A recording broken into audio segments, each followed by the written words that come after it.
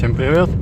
Являюсь счастливым обладателем Chevrolet Cruze 2009 года выпуска, двигатель 1.8. С самого момента покупки в сентябре месяце, да, то есть сейчас у нас январь, стучит сзади.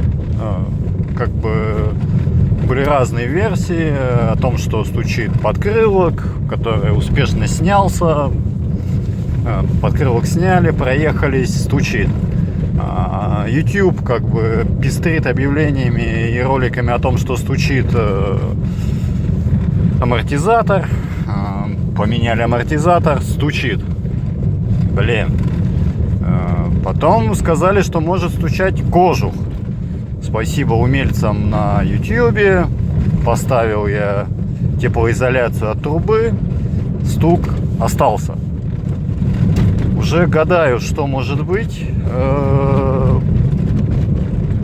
Давайте, может, вместе попробуем разобраться, что еще может стучать. Ума уже не приложу. Жду ваших советов.